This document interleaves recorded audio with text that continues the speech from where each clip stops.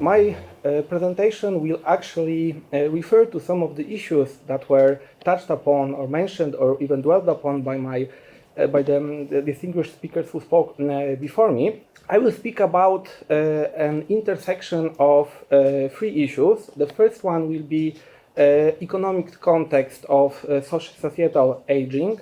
The second issue will be digital challenges faced by older people.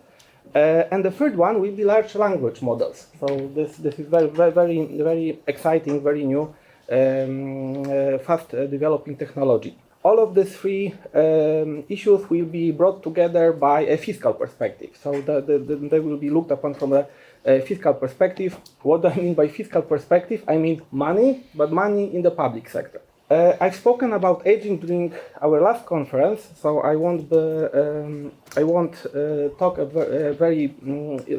elaborate upon that now. But just to remind you a general context, the aging area, the low fertility area. So if you have low fertility in a state, this state will age, right? The society will age. This is the inevitable consequence. Low fertility areas included Europe and Eastern Asia in 2000s, but then they spread. They spread to Americas, large part of India, Indonesia, the Philippines, and right now human population is beyond replacement rate. That means as humanity we are aging. If you look at India, this is an interesting example, the most populous country in the world. They are also below the replacement rate. There is diversity within India. There are some areas that are poorer and have better fertility, but generally the trend is negative. Even in sub-Saharan Africa, so the areas where the fertility is relatively high, it's dropping. So they're dropping from high level, but it's also happening. So it seems this trend is a global trend, a spreading trend, and there is no end in sight. And it doesn't seem to be. I have doubts regarding whether it's to what degree it's a matter of individualism or solidarity or collectivism, because in collectivist societies of Far East, like China, Japan, or Korea, this aging also is a huge problem, and the population also a huge problem. So it may even go deeper than that. Why does it matter from the point of view of older persons and from the fiscal perspective? Aging has a negative impact that includes the rate of GDP growth. GDP, that is gross domestic product, the most popular measure of the size, the potential of the economy. So a higher proportion of older persons in the society, lower labor supply, lower GDP growth, less innovations, and lower public revenues. So the bigger portion of older persons in the society, the lower the tax base is likely to be in terms of income taxes, in terms of social security contributions payments, in terms of consumption taxes such as VAT and excise tax. So less money going into the public coffers. At the same time, what my distinguished predecessors have spoken about, societal aging is related to a lot of obligations on the behalf of the state. So the state must provide pensions, and the state must provide different kind of support. What's really problematic is that it costs money. So there are some areas when the costs on the behalf of the state may be limited. For example, modifying labor law to protect the elderly. This is not so costly, but pensions, social support, healthcare, older people tend to get sick more often, so increased pressure on healthcare. This all costs money. So we may be dealing in a situation when the GDP growth, the economy won't grow as much as it used to, even if it's assuming that it was growing. We will have increasing spending and decreasing revenues. So what happens when we spend more and more, and we gather less and less? We have a deficit, and deficits are generally covered by debt. But if we look at the European countries, a lot of them are already heavily indebted. So looking at European Union from the point of view of the biggest economies of the EU, Italy, so this is, short remark, how do we measure debt? So debt is a very popular way of measuring debt is relating debt to the GDP. So the higher the rate of public debt to GDP, the worse the situation of public finances. So Italy, this is almost 140% of Italy's GDP. So that means that the whole economy of Italy would have to work almost for a year and a half to pay the debt without any other expenses.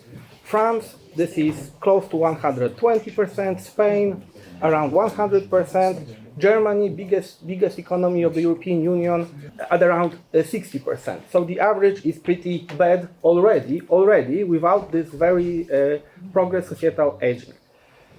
If you look at Central Europe, the situation is better in terms of debt, but it's not so simple because, for example, Lithuania and Bulgaria, they do not have such high levels of debt, but they're already depopulated. They're depopulating very quickly. So they're not even getting older, they're getting empty because aging in these countries is accompanied by emigration. So these populations are just shrinking, so their economic potential is also shrinking as a consequence. So even though their public finance situation is better, the general overview of the situation is not that better. So if you notice the red line, the threshold, this is 60% of GDP. These are of course the European rules for public debt. So according to the EU law, public debt should not exceed 60% of the GDP. Well, it does very often, but the important thing is that in many countries the debt situation is already pretty bad, and even all of the issues that I've spoken about a moment ago, the problems with increased expenditure and lower public revenues did not realize so much. So what Professor Czarnek talked about in his presentation, so many older people in Poland, lower workforce, we are already we're closing to 60% according to the Eurostat of debt, and with a lot of challenges ahead of us.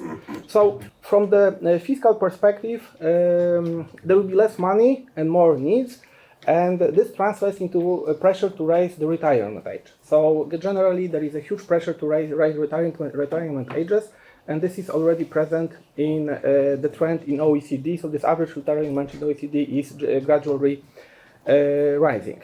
I would like to take this to the notion of we've already spoken about it, but if I may, to go back to this topic for a brief moment, there are different types of older persons. Age is a very clear, let's say, distinguishing factor here, but we should remember that also one's personal medical history, natural predispositions, and other factors may also and they do play a role very often, but one could try to distinguish at least three categories. So the younger old, that would be the persons who are capable of being economically active, they can work, but they face some special challenges that younger people or middle-aged people do not. The middle old, this could be the persons who are not capable of supporting themselves economically, but they can manage their private affairs on their own.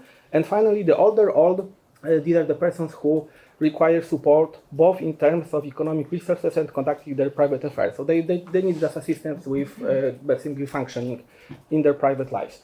And these three categories are likely to be affected by the factors that I described before in different ways. So the younger old, these persons will be pressured to work for as long as possible, and they need assistance in terms of labor law, in terms of tax privileges and other legal instruments to stay professionally active. Then you have the middle old, so persons who need financial support from the state, but the state resources will be strained more and more. So the pension situation is not likely to get better, it's likely to get worse because there will be less money to distribute with a growing population. And finally, the older old persons who do, so with these persons, pensions are not enough, they need assistance in just everyday functioning, and their needs are the biggest. So this is a pretty dark situation. There is one, let's say, mitigating factor, at least one mitigating factor for older persons. As they grow more numerous in the general population, they represent more votes. So there will be also political pressure to care for their needs. So this is one, let's say, positive issue. Other issues are going, like from the fiscal perspective, from the economical perspective, they are going basically to their disadvantage.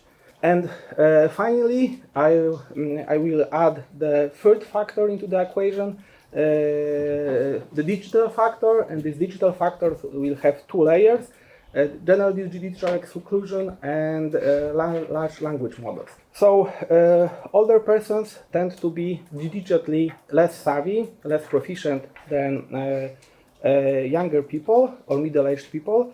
And this increasingly creates challenges for them, even in everyday life. And there is a even if they're in their everyday life, there is also interesting issue of developed countries. So in developing countries, generally, older persons may count on larger support from their family members. In developed countries, these familial ties tend to be more fragile, and older persons don't have this kind of support as much as in poor countries, basically. And this means that this demands on the state are even larger. From the context of the pressures to keep older persons working, digital exclusion is a huge issue because more and more areas of economic activity are areas of economic activity are being digitalized, and this is making it more difficult for older persons to stay in the loop. It's more difficult to rely on past accumulated experiences as they are required to work longer. And there is a very brief case study I will mention at the very end, but you need to be patient for a moment because large language models enter the scene. So this is the very exciting, very new, very fastly developing technology. This can be defined as deep learning algorithm. So algorithm is basically an instruction. So it's you can think about an algorithm as like a cooking recipe. So there is some sequence of activities, but deep learning algorithms are very they have huge capabilities, and they can conduct a lot of intellectual tasks with effectiveness that is growing very quickly. So they are used by students, lawyers, doctors, students probably to a larger degree. They have the potential and already capability to synthesize very large volumes of literature, medical or legal literature. They can help with most of intellectual tasks that an individual may encounter. They are also associated with some problems, though. So they have trouble. LLMs, large language algorithms, have problems with reasoning and robustness tasks. So by robustness we mean working in difficult. Okay. I hope I won't be punished yet.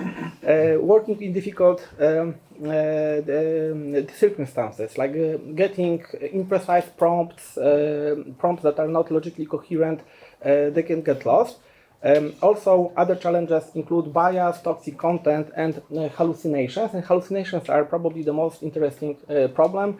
LLMs, they can make up their own reality, and they may present this. They made up the created reality as objective. So there are problems connected with LLMs. How do they fit into the equation of general problems of older persons in terms of societal aging? There are some very interesting opportunities because LLMs work on natural language. That means you don't really have to know specialized interfaces. That you don't have to know. You don't have to learn how to use different apps. You just need to be able to write in a natural language, give instructions, and this device, this machine, this tool will work. So the entry level to using LLMs is pretty low, and it's relatively simple for an older person to start using an LLM because it does not require familiarizing oneself with unfamiliar interfaces. They therefore create a lot of potential with bridging some of the gaps between generations in terms of being able to use technology. There is already pretty advanced trials with using LLMs with robots to alleviate loneliness among other persons. So there is a robot that works based on an LLM that talks to an older person, and at this moment the results are mixed. But they're improving very quickly, because right now LLM, when they're talking to older persons, they get confused because they have to recognize speech, facial expressions, etc. They at the moment they can get lost, but they're improving. So there's a potential of providing companionship, assistance, and help basically while navigating in this increasingly digitalized. They may potentially help older persons to catch up with younger people. But there are some challenges as well. Okay, you still have to basically learn some digital skills to use them. And when they're hallucinating, and there are some, they may be wrong. And going to my conclusion, a very brief example of a situation when a lawyer got into trouble for using an LLM. So we had an attorney with 30 years of practice in law who was using an LLM to do legal research, and this LLM invented court rulings. And this attorney actually based his work on these court rulings and got into serious trouble with the bar, and further serious trouble because he was not aware that this machine can lie. So this is a very interesting example of like an older person trying to using the technology, but getting into trouble because the past experience didn't work, was not applicable. And these problems with LLMs, they can be alleviated by like real-time verification, rectification, or and different techniques, but they must be known. So to conclude, there is a huge potential there to fix or at least alleviate some of these huge issues, problems, challenges that will be getting worse for older persons, but older persons need to be assisted with learning how to use these devices, and they need to be assisted in a very proactive way, not just getting instructions, but actually being helped working with these devices. Thank you very much for your patience.